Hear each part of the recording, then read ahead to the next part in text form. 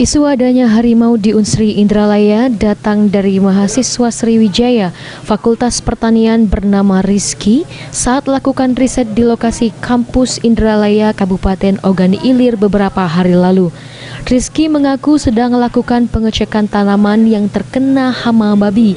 Ia mendengar auman yang diduga harimau dan langsung melarikan diri.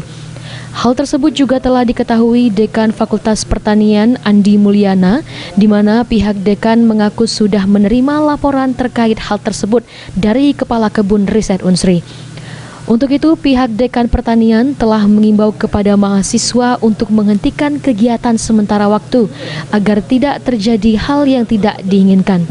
Namun sejauh ini belum ada mahasiswa melihat langsung binatang buas tersebut.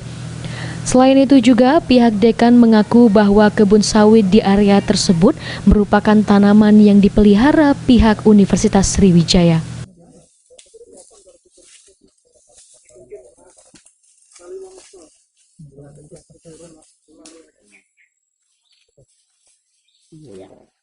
Ahmad Romawi, PAL TV.